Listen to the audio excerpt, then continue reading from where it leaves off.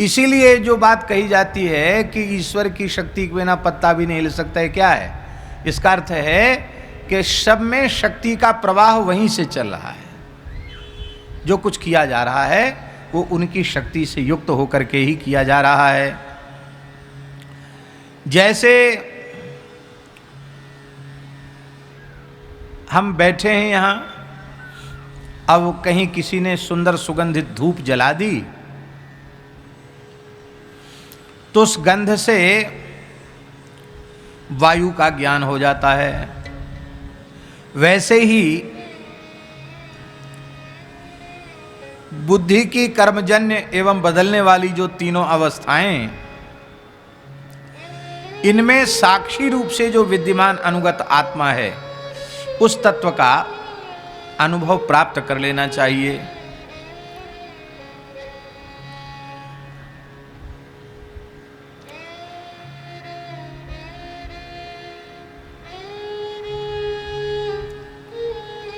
आत्मा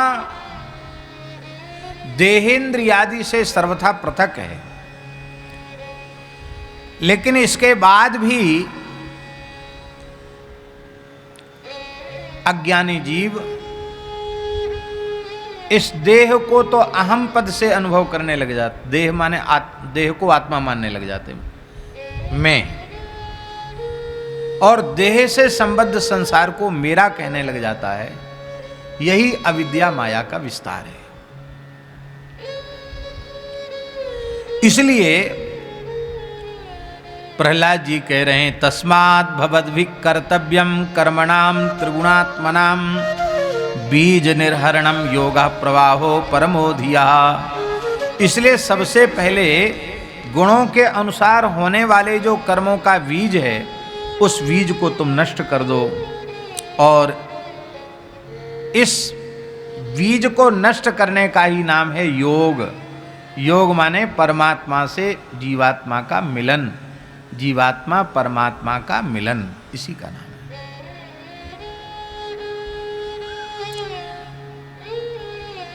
इसी बात को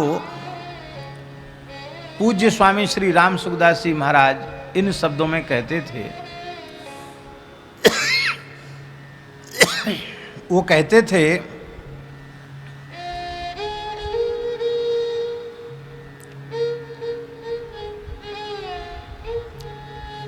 अप्राप्त वस्तु की प्राप्ति होती है,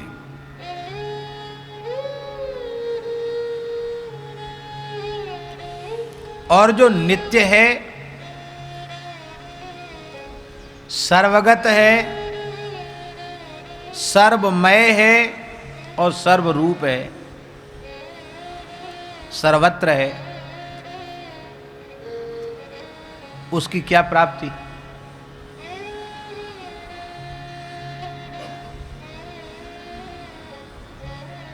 उसकी क्या प्राप्ति? वो कहते थे भगवत प्राप्ति का कोई साधन नहीं। स्वामी जी कहते थे। कहेंगे लो बात, आप तो विचित्र बात कह रहे हो, अभी तक तो भगवत प्राप्ति के तमाम साधन खुद आपने बताए, अमुक शास्त्र प्रहलाद जी भी बता रहे हैं, आप बिल्कुल दूसरी बात कह रहे। बोले नहीं, जिनको हम भगवत प्राप्ति का साधन करते हैं वे सब शरीर संसार की ओर जो वृत्ति का प्रवाह चल रहा है उस वृत्ति के प्रवाह के बाध के लिए ही हैं वे सारे साधन। ध्यान में ही बात, और सरल करके बोले, शरीर संसार की स्मृति जो बनी भई है, ये स्मृति जब तक समाप्त नहीं होगी तब तक सर्वत्र विद्यमान परमात्मा तत्व की अनुभूति नहीं होगी। अब यह स्मृति ज्ञान से बाधित हो जाए अथवा प्रेम लक्षणा रसरूपा भक्ति से बाधित हो जाए, बस फिर सर्वत्र भगवान का अनुभव होने लग जाएगा। हमने एक बात एक भगवत प्राप्त महात्मा से सुनी है। पूज्य श्री हरेराम बाबा जो हमारे महाराज जी के साथ ही रहते थे, बहुत अच्छे महापुरुष थे। तो हम तो उनके साथ ही एक प्रकार से एक ही आसन पर ही सोते थे, तो उनसे बातचीत भी करते रहते। तो हमने कभी पूछा बाबा से कि बाबा, महाराज जी कहते कि आपको कीर्तन में भगवान का दर्शन होने लग जाता। तो हाँ बच्चा होता था, जब जब तो भगवान का दर्शन होता था तो कैसा लगता था, पूछा मैंने बाबा से, हरे राम बाबा से, क्या दिखता था, क्या अनुभव होता था। तो उन्होंने कहा कि बस कीर्तन होते होते और बस फिर सब कुछ दिखना बंद हो जाता था। उन्होंने ये बात बताई, सब कुछ दिखना बंद हो जाता था। सामने दीवार है कि मकान है कि खेत है, खलिहान है, तालाब है, कुछ नहीं, कुछ दिखता नहीं था। सामने एक नील वर्ण का प्रकाश दिखता और उस प्रकाश पुंज में ठाकुर जी दिखाई पड़ते। बस उनका आलिंगन करने के लिए हम दौड़ते थे, फिर हमें पता नहीं कहाँ गिर गए, कहाँ पड़ गए, किसने उठाया, क्या हुआ।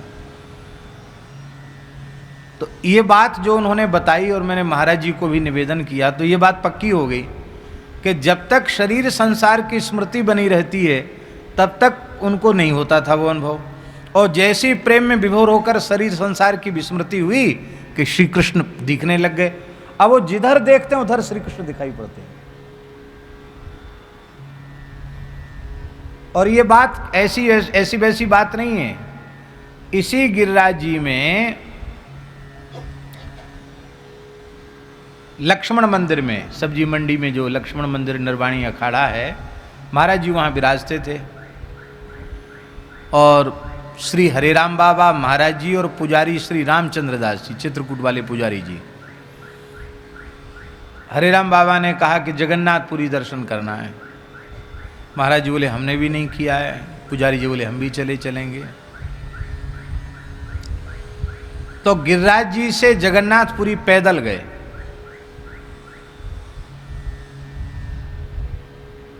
क्योंकि बाबा पैसा छूते नहीं थे और ऐसी ही वृत्ति महाराज जी की, मांगने का स्वभाव नहीं, कहने का स्वभाव नहीं कि हमको वहाँ तक जाना है, प्रबंध करो। महाराज जी बोले हम, आप कहो कि हम प्रबंध करें, किसी से कहें कि टिकट की व्यवस्था करा, वो तो नहीं होगा। बोले टिकट विकट का क्या है, ऐसी पैदल चलो चलो। पैदल ही यहाँ से चल दी जगन्नाथपुरी भी। अब बाबा प्रेमावेश में रहते थे, तो महाराज जी के द्वारा सुनाई हुई बात सुना रहे हैं आपको। गन्ने के खेत कितने सघन होते हैं गन्ना। पहलवान भी गन्ने के खेत में दौड़ नहीं सकता है, दौड़ सकता है कोई।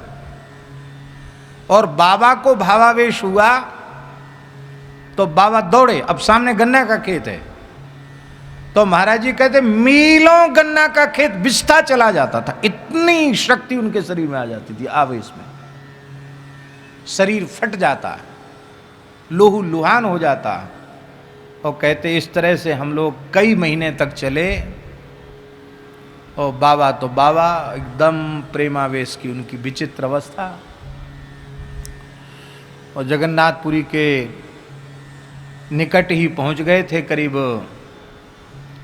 2-4 दिन, 6 दिन और चलते, 2-4 दिन चलते तो शायद 4-6 दिन में पहुंच जाते।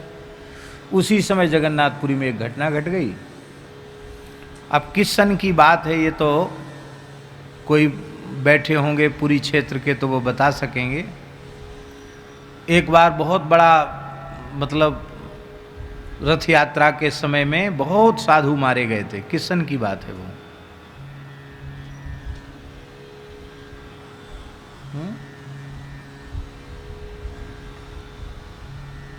सन तो निकल आएगी, बहुत बड़ी भारी घटना हुई थी। उसके पहले जैसे कुंभ में सब साधु जाते ना, ऐसे सब साधु जाते थे पहले रथ यात्रा के समय। संतों के खाल से लगते थे हर साल रथ यात्रा के समय। उसके बाद से साधुओं का जाना कम हुआ।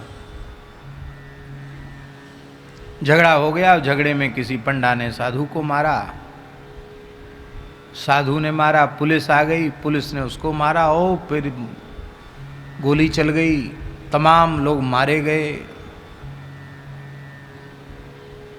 तो माहौल ही खराब हो गया। बाबा तो भावावेश में रहते थे। बाबा के कान में पड़ी बात, अरे जगन्नाथ नाम धरवा लिया अपना और लोगों को गोली चलवा दिया, इतने लोग बचा नहीं पाए। काय का नाथ, हम नहीं करते दर्शन, चलो गिरिराज जी चलो। हम वापस हो गए वहाँ से, फिर पैदल पैदल चले, फिर गिरिराज जी आ गए, निकट पहुँच के वापस आ गए, नहीं गए। बाद में फिर महाराज जी पधारे और वो बात अलग है। तो अब ये बात विलक्षण बात, तो बाबा को कोई किसी व्यक्ति को दिखे कि सामने गन्ने का खेत है तो उसमें थोड़ी दौड़ेगा, उनको दिखता ही नहीं था कि सामने गन्ने का खेत है, दौड़ने तो दौड़ रहे।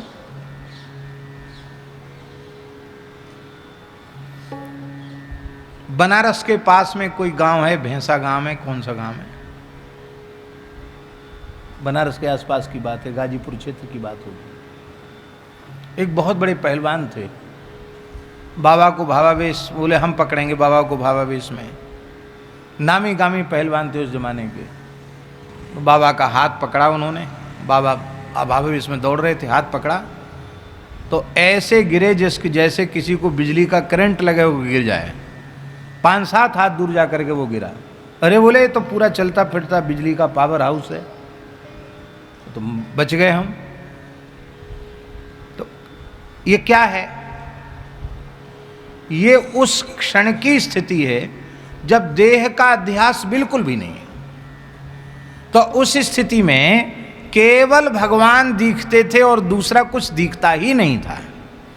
तो चाहे तो ज्ञान के द्वारा ये स्थिति आ जाए कि सब कुछ भगवान ही है, अथवा प्रेम के द्वारा ये स्थिति आ जाए। देखो, पर हम विवेचन करें, निवेदन करें, विवेचन क्या करें, निवेदन करें कि ज्ञानी तत्व दृष्टि से सब में परमात्मा को देखता है, पर व्यवहारिक दृष्टि से जगत के घटपट आदि पदार्थों का वो अनुभव करता है, नाम रूप का अनुभव करता है। पर प्रेमी प्रेम की सर्वोच्च अवस्था में पहुंच करके पूरी तरह संसार को तिरोहित कर देता है। वहां केवल ये देखो श्याम, ये देखो श्याम, सर्वत्र उसे श्याम सुंदर की अनुभूति होने लग जाती। इसलिए प्रेमाद्वैत सबसे श्रेष्ठ है। भगवत प्रेम प्राप्त हो जाए जिसमें गोपियों के जैसी दृष्टि हो जाए, जित देखो तित श्याममयी।